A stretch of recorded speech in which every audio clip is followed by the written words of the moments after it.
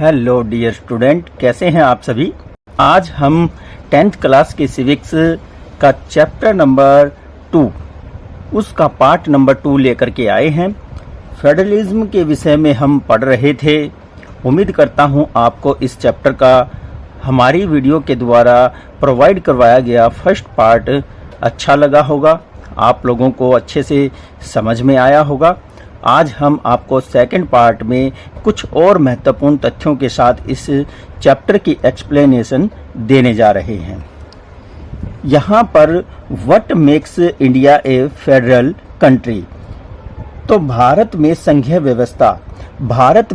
संघीय व्यवस्था क्या है इसके विषय में हम जानेंगे। तो सबसे पहले यहाँ देखते हैं, we have studied earlier that how small countries such as Sri Lanka and Belgium face a number of problems of managing diversity. हमने पहले पढ़ा है कि श्रीलंका और बेल्जियम जैसे छोटे देशों को भी अपने यहाँ की विविधता को संभालने में बहुत कठिनाइयों का सामना करना पड़ा। What about a vast nation such as India, तो इंडिया जैसे एक विशाल देश के विषय में क्या होगा। With so many religious languages and regions, तो यहाँ हम देखते हैं कि भारत एक बहुत ही विशाल देश है। जरा सोचिए इसको संभालने में कितनी कठिनाइयाँ आ रही होगी और कठिन होगा, जहाँ बहुत सी भाषाएं और क्षेत्र तथा धर्मों के लोग रहते हैं। फिर यहाँ what are the power sharing arrangements in India, तो यहाँ पर भारत में बताया गया है कि जो सत्ता की साझेदारी है वो किस तरह की साझेदारी है, क्या व्यवस्था की गई है, उसके विषय में जानेंगे। Let us start with the Constitution. India had emerged as an independent country after a bloody and painful partition. तो यहाँ बताया गया है, आओ अब हम संविधान से ही शुरुआत करें। एक बहुत ही दुखद और रक्त रंजित विभाजन के बाद हमारा देश स्वतंत्र हुआ था। सभी को पता है हमारे देश को आज़ादी मिली और फिर विभाजन हुआ, उसमें बहुत सा खून खराबा हुआ। Soon after independence various principal states become a part of the nation, तो यहाँ स्वतंत्र होने के बाद हमारे देश में जो स्वतंत्र रजवाड़े थे, जो छोटे छोटे राजाओं की रियासतें थी, उनसे मिलकर के एक भारत देश का गठन किया गया। The constitution declare our country as a union of states, तो संविधान के द्वारा हमारे देश को एक संघ का जो राज्य है वो घोषित किया गया है, राज्यों का संघ घोषित किया गया है। The Indian union is based on the principles of federalism although it did not use the word federation, तो यहाँ बताया गया है भारतीय संविधान ने हमारे देश को राज्यों का संघ घोषित तो किया, इसमें संघ शब्द नहीं आया, लेकिन भारतीय संघ का गठन संघीय शासन व्यवस्था का सिद्धांत पर ही हुआ है। Let us go back to the 7 features of federalism described above. आइए हमने ऊपर संघीय व्यवस्था की जिन 7 विशेषताओं का जिक्र किया था उनके बारे में फिर से विचार विमर्श करते हैं। We can see that all these features apply to the provisions of the Indian Constitutions. हम यह देख सकते हैं कि ये सभी बातें भारतीय संविधान के विभिन्न प्रावधानों पर स्पष्ट रूप से लागू होती है। The Constitution originally provided for a two-level system of government, the central government or what we call the union government sharing the state governments and the union of land of India। यहाँ पर देखिए संविधान ने मौलिक रूप से 2 स्तरीय शासन व्यवस्था का प्रावधान किया था। एक तो संघ सरकार जिसे हम केंद्र सरकार कहते हैं और दूसरी राज्य सरकारें। केंद्र सरकार को संपूर्ण भारतीय संघ का प्रतिनिधित्व करना था। तो यहाँ पर बहुत अच्छे से समझाया है कि भारत में किस तरह से स्ट्रक्चर बना है पावर शेयरिंग का। और आगे देखिए आगे क्या बताया है। Later a third level of federalism was added in the form of municipalities and panchayat. तो यहाँ बताया है बाद में नगर पालिकाओं और पंचायतों के रूप में संघीय शासन का एक तीसरा स्तर भी जोड़ा गया। और these different levels enjoy different jurisdictions। किसी भी संघ व्यवस्था की तरह अपने यहाँ भी 3 स्तर की शासन व्यवस्थाओं के अपने भिन्न भिन्न अधिकार क्षेत्र है। The Constitution provides clearly a threefold distribution of legislative powers between the state governments and the union governments। तो यहाँ संघीय संविधान में स्पष्ट रूप से राज्य सरकारों और केंद्र सरकार के मध्य विधायी अधिकारों को 3 हिस्सों में बांटा गया है। ये 3 सूचियां इस प्रकार हैं। Union list consists subject of national importance like defense of the country, banking, foreign affairs, currency and communications। संघ सूची में प्रतिरक्षा, बैंकिंग, विदेशी मामले, संचार और मुद्रा जैसे राष्ट्रीय महत्व के विषय शामिल है। They are included in this list because we require a uniform policy on these matter through out the nation. संपूर्ण देश के लिए इन मामलों में एक तरह की नीतियों की आवश्यकता होती है, इसलिए इनको यूनियन गवर्नमेंट के लिए चुना गया। The union government alone can make laws and regulation associated with the subjects mentioned in the union list. इसी कारण से इन विषयों को संघ सूची में शामिल किया गया है। स्टेट लिस्ट के विषय में देखते हैं। State list involve subjects of local and state importance की like police, commerce, trades, irrigation and agriculture. राज्य सूची में पुलिस, वाणिज्य, व्यापार, कृषि और सिंचाई जैसे स्थानीय और प्रांतीय महत्व के विषय शामिल हैं। The state government alones can make laws associated with this subject described in this state list.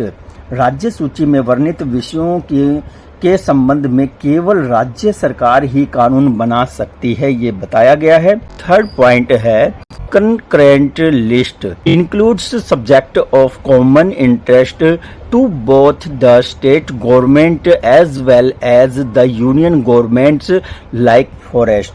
तो ये जो तीसरी सूची है इसको समवर्ती सूची कहते हैं। इसमें शिक्षा, विवाह, वन, मजदूर संघ, गोद लेना तथा उत्तराधिकार जैसे वे विषय हैं जो केंद्र सरकार के साथ राज्य सरकारों के अधिकार के साथ सरकारों की साझी दिलचस्पी में आते हैं। Education, marriage, trade unions, adoption and succession. तो ये सभी जो मुद्दे हैं वो समवर्ती सूची में आते हैं। Both the state as well as the union government can make laws and regulation on the subject mentioned in this list. यहाँ बताया गया है कि इन विषयों पर कानून बनाने का जो अधिकार है वो केंद्र सरकार और राज्य सरकार दोनों को ही मिला हुआ है। If the laws of both the government conflict with each other, the law made by the union government will prevail। अगर फिर भी कोई कानून को लेकर स्टेट गवर्नमेंट और जो सेंट्रल गवर्नमेंट है यानी कि संघीय सरकार है उसके बीच में अगर कोई कन्फ्लिक्ट होता है, विरोध होता है, तो उस दशा में संघीय सरकार यानी कि सेंट्रल गवर्नमेंट के कानून को ही माना जाएगा। What about subject that do not came in any of the 3 list. यहाँ एक प्रश्न उठता है कि जो विषय इनमें से किसी भी सूची में नहीं आते हैं उनका क्या होता है। तो इसके विषय में क्या है, और subject such as computer software that come up after the formation of constitution. ये कहा गया है कि फिर कंप्यूटर सॉफ्टवेयर जैसे महत्वपूर्ण विषय किसके अधिकार क्षेत्र में रहे, क्योंकि ये संविधान बनाने के बाद आए हैं। On the basis of our constitution, the union government has the power to legislate on these residuary subjects। तो ये बाद में आते हैं। तो भारतीय संविधान के अनुसार बाकी बचे विषय केंद्र सरकार के अधिकार क्षेत्र में आते हैं। We observed above that most federation that are made holding together do not give equal or identical power to its constituent units। तो हमने ऊपर देखा है कि इन सबको साथ लेकर चलने की नीति मानकर बनी अधिकृत बड़ी संघीय व्यवस्थाओं में साथी इकाइयों को समान अधिकार नहीं मिलते। भारतीय संघ के विषय में बताएंगे आगे क्या बताया गया है, हम देखते हैं। तो Indian all states in the Indian Union thus do not have equal powers। तो यहाँ भारतीय संघ के सभी राज्यों को भी समान अधिकार प्राप्त नहीं है। Some states enjoy a special status।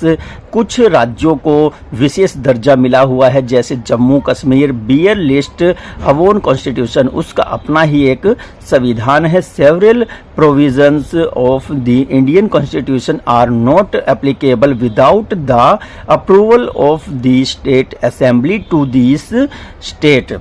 तो यहाँ पर आप लोगों को जानने को मिलेगा, इस राज्य में विधानसभा की अनुमति के बिना भारतीय संविधान के कई प्रावधानों को लागू नहीं किया जाता, और identical special provisions exist for some other states of India as well. यहाँ बताया गया है कि इस राज्य के स्थायी निवासियों के अलावा कोई भी भारतीय नागरिक यहाँ मकान या जमीन नहीं खरीद सकता।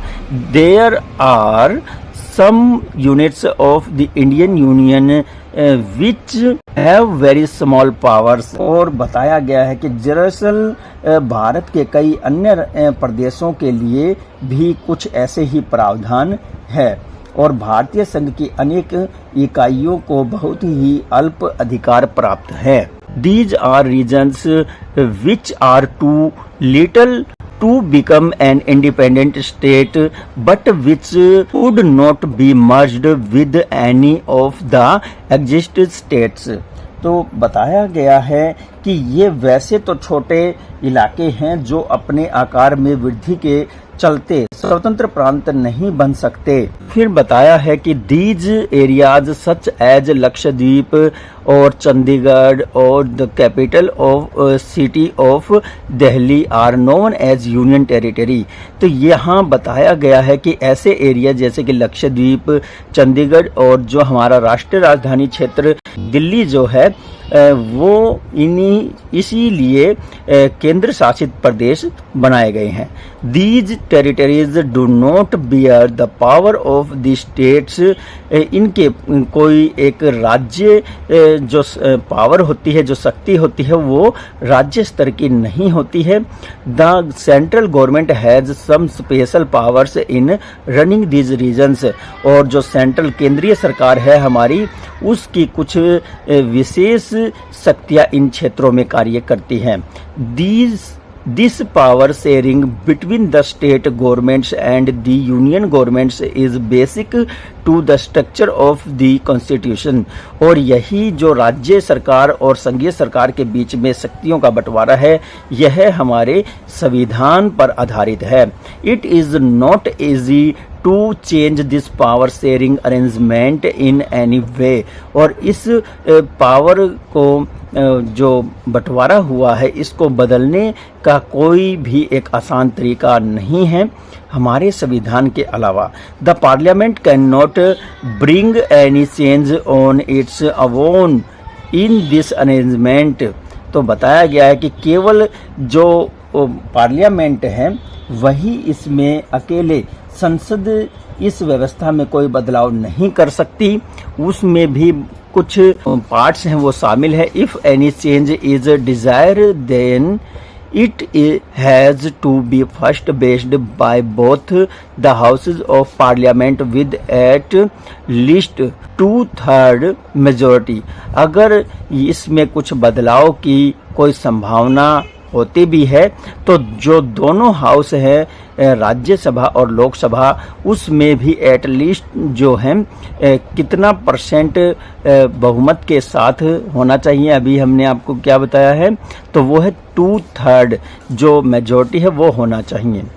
Then it has to be ratified by the legislature of at least half of the total states। यहाँ पर बताया गया बाद में कम से कम आधे राज्यों की विधान सभाओं से भी उसे मंजूरी दिलानी होती है।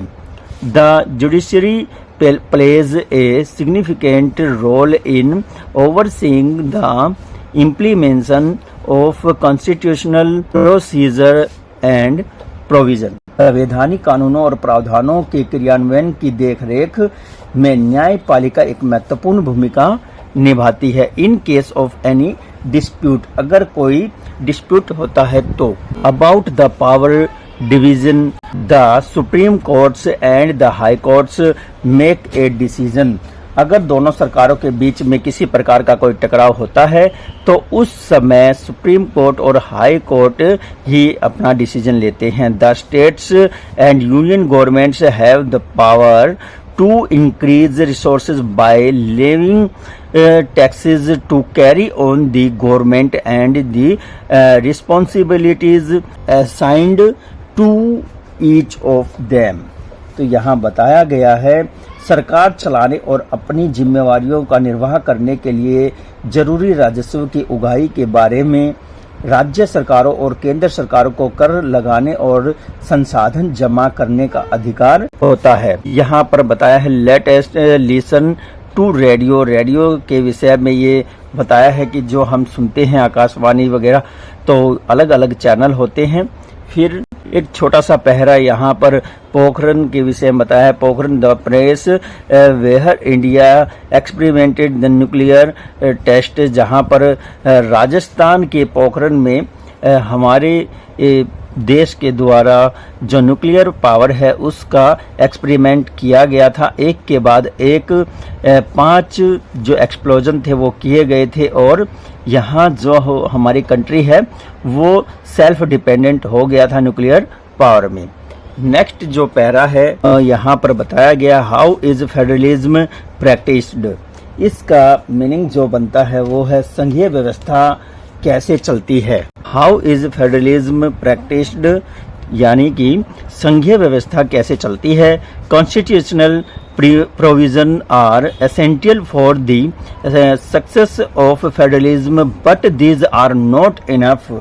इसका जो यहाँ मीनिंग बताया गया है, संघीय व्यवस्था के सुचारू कामकाज के लिए संवैधानिक प्रावधान जरूरी है लेकिन इतना ही पर्याप्त नहीं है। If the federal experiment became successful in India, it is not merely because of the clearly laid out of the provision of Constitution। तो यहाँ बताया है यदि भारत में संघीय शासन व्यवस्था कारगर सिद्ध हुई तो इसका कारण केवल संवैधानिक प्रावधानों भर का होना नहीं है, इसमें और भी कुछ चीजें हैं। The actual success of federalism in our country can be attributed to the nature of democratic politics in India. हमारे देश में संघीय व्यवस्था की सफलता का मुख्य श्रेय यहाँ की लोकतांत्रिक राजनीति के चरित्र को देना होगा। फिर इसके बाद this made it sure that the spirit of federalism desire for living. इसी से विविधता का आदर, संघवाद की भावना और संघ साथ रहने की इच्छा का हमारे देश में साझा आदर्श के रूप में स्थापित होना सुनिश्चित हुआ है। Together and respect for diversity become a shared ideal in India.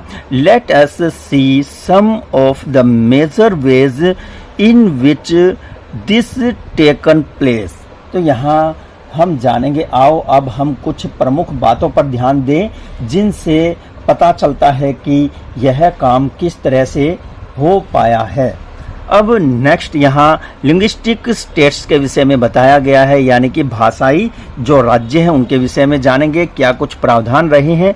The formation of linguistic states was the major and a first test for democratic politics in India. If you see the political map of India when it started its journey as a democracy in 1947 and that of 2006, you will be amazed by extent of the variation.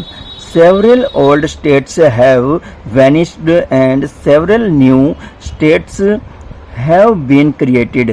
Areas, names and boundaries of these states have been changed. तो यहाँ कहा गया है भाषा के आधार पर हम प्रांतों का गठन भारत की लोकतांत्रिक राजनीति के लिए पहली और एक कठिन परीक्षा थी। हमारे देश में सन 1947 में लोकतंत्र की राह पर अपनी जीवन यात्रा प्रारंभ की।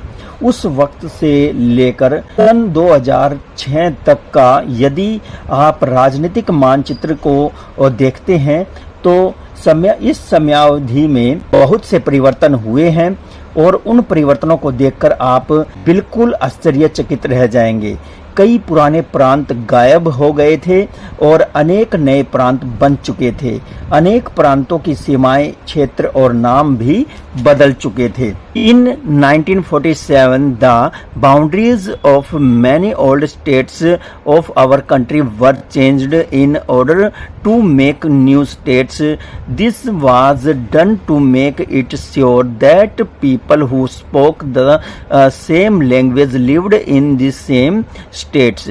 Some states were made not on the basis of language but to recognize differences based on ethnicity, culture and geography.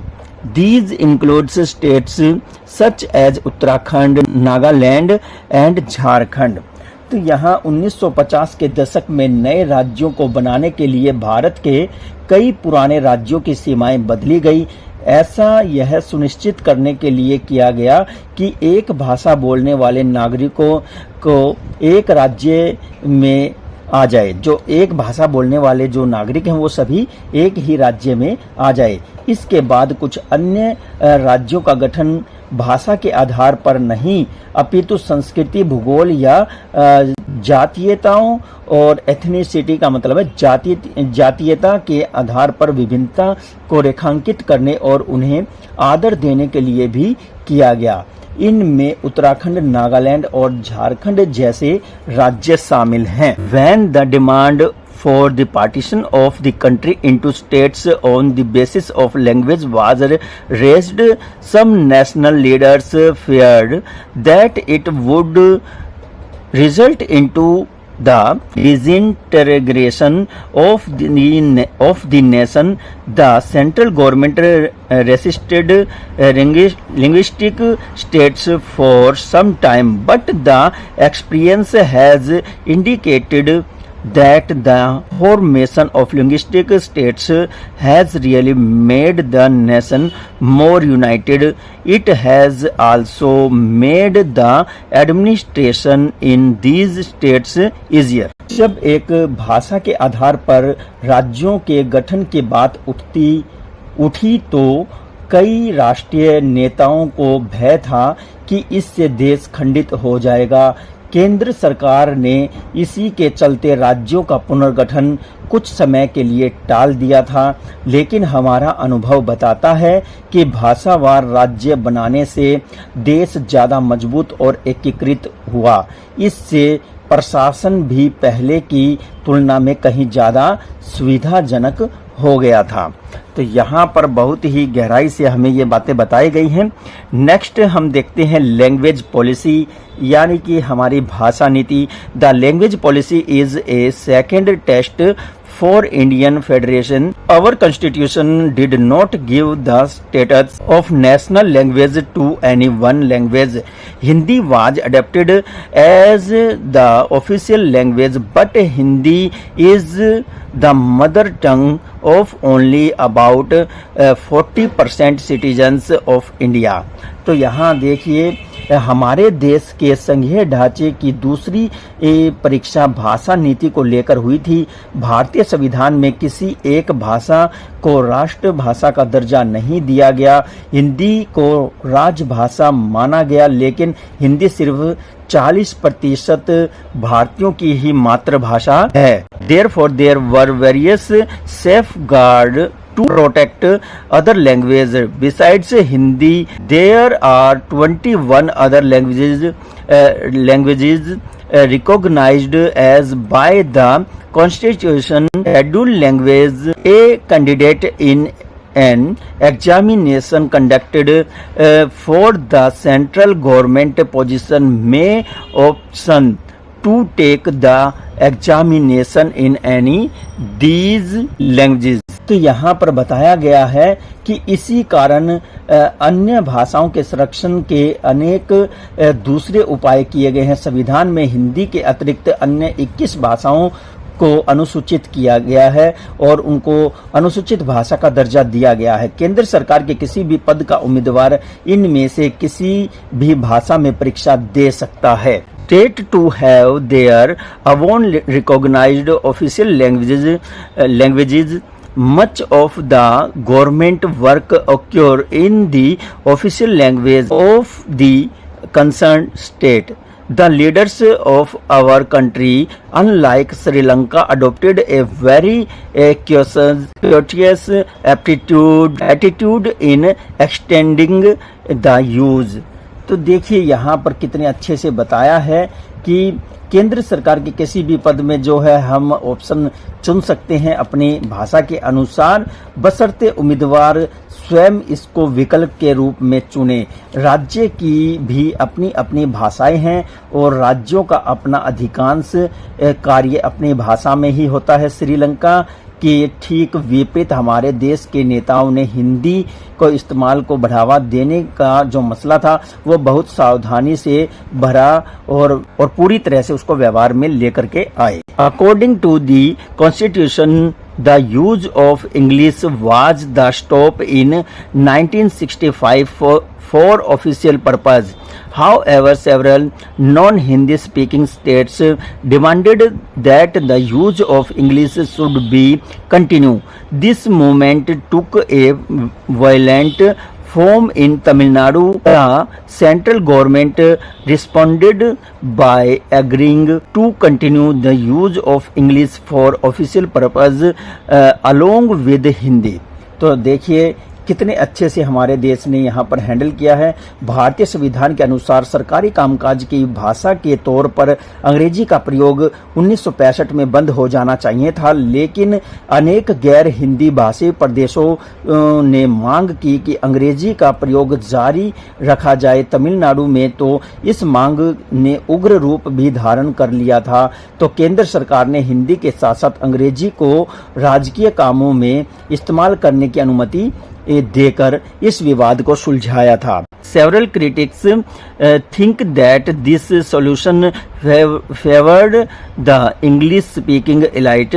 Extension and promotion of Hindi continues to be the official policy of the government of our country. Promotion does not mean that the central government can impose Hindi on states where people speak a separate language. The flexibility represented by Indian political leaders helped India avoid the kind of situation that Sri Lanka finds itself in. तो यहाँ पर देखिए कितने अच्छे से हमारे देश ने इस समस्या को सुलझाया है।